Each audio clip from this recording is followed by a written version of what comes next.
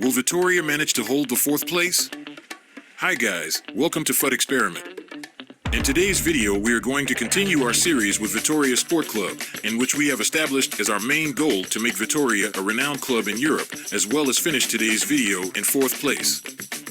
Now without further ado, make sure you are subscribed in the channel and drop your like below. Let's get right to the video. In the last episode, in addition to the games in the Conference League, we made 3 games for the championship and finished the episode in 4th place.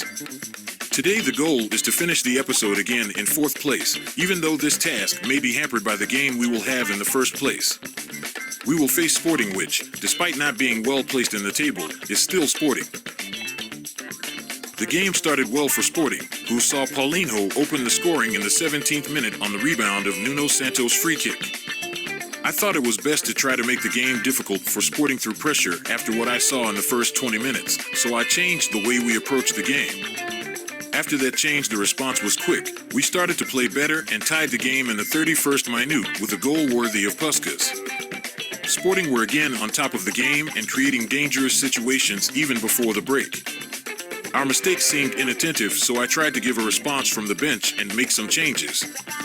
But, it seems, it didn't work, and we continued to give balls to the opponent that they would give in dangerous situations, and even lose balls in the forbidden zone, and Sporting took advantage of one of those occasions to put themselves in advantage.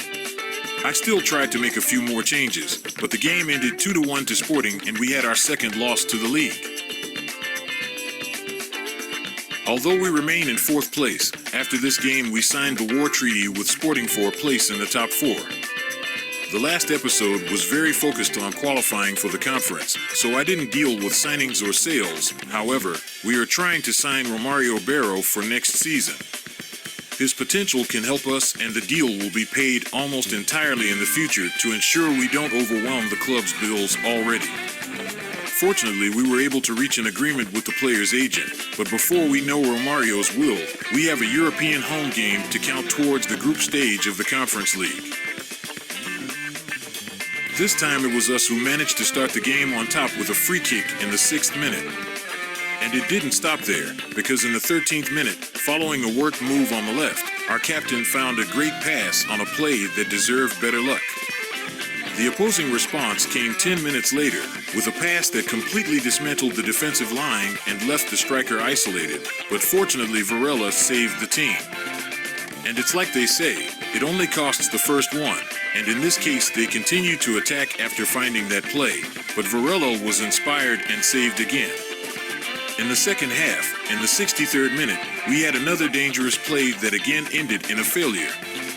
It was time to change, and so I made some changes to try to change the game, but it didn't work, and we started the Conference League with a draw. Curiously, it's also the first draw of this series, and speaking of first, don't forget to subscribe to the channel if it's the first time you are here, and leave your like to support the content. Fortunately, not everything is bad, and after the draw in the last game, we had the confirmation that Romario will be part of our squad next season, in a deal that can reach 2.4 million euros. For the next game, we do not even need to travel. We will receive Maritimo at our home in a game to count for the Portuguese Premier League. Early in the game, Maritimo manages to create danger for our goal following a work move, but Varela controls the play. Later it was our turn to create danger. We won the ball in defense and connected right away with the attack, in a play that almost finished in goal. In the corner that came next, we tried to exploit the first post, but the header went too far wide. The Maritimo created danger again, this time in much the same way as we had created, but this time it was the bar that saved us. This was undoubtedly one of those games that saved the goals for the end, as we only managed to open the scoring in the 80th minute after a great pass ripping through the defensive line. 5 minutes later, it was time to repeat the dose and extend the score, in a goal that was probably the worst we've scored so far, but counts equally. And so we closed another victory and another step towards our goal. Back to the European games. This time we travel to Poland to face Lech Poznan and try to get a better result than the last European game. The game starts and Lech shows that playing at home they are stronger. With a premature opportunity, fortunately Varela, our goalkeeper, was attentive in both shots. And as he was attentive in the previous play now, he didn't even have to, because the shot, although with force, came out next to our goal. Lek were really way over the game in the first 35 minutes, and they threatened our goal again. Fortunately, they didn't find the direction, but the warning is there. We were effective, and we scored at our first opportunity to show the opponent that we are not afraid and that we will not threaten, we will score. Lek continued to look for an answer to our goal, but it was all denied by Varela until the 60th minute. Varela gave a real gift to Lek, a goal we should not have conceded.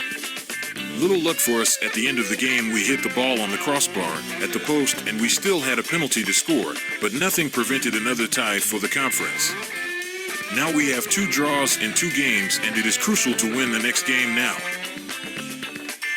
The game against Portimonense did not have many opportunities. It was a more closed game, and Portimonense tried to exploit the counterattack. Despite everything, we managed to get into the game very well and score the first time we went to the opposing goal.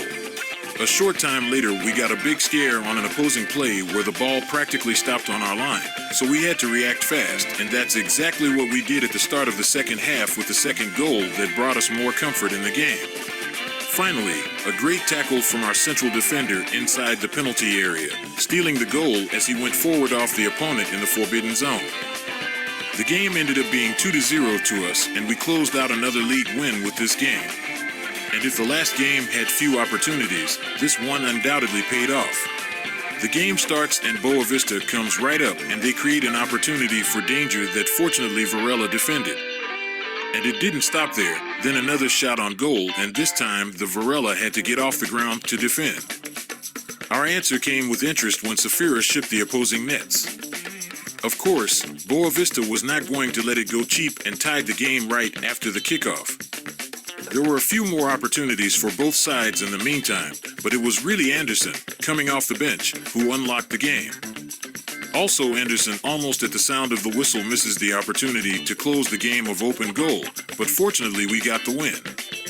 This was the last game of this episode, and I venture to say that we could not have finished better. Now let's take a look at the table to see if we met our goal. As we can see, we are in 4th place even with 1 game less. We had difficult games, but only 1 defeat. Now we will try to pass in the cup in the next episode. As you can see, we will face Pennafield. So guys, it's all on today's video. I hope you liked it. If you want more videos like this one, don't forget to subscribe and drop your like below. I see you in the next video. Bye.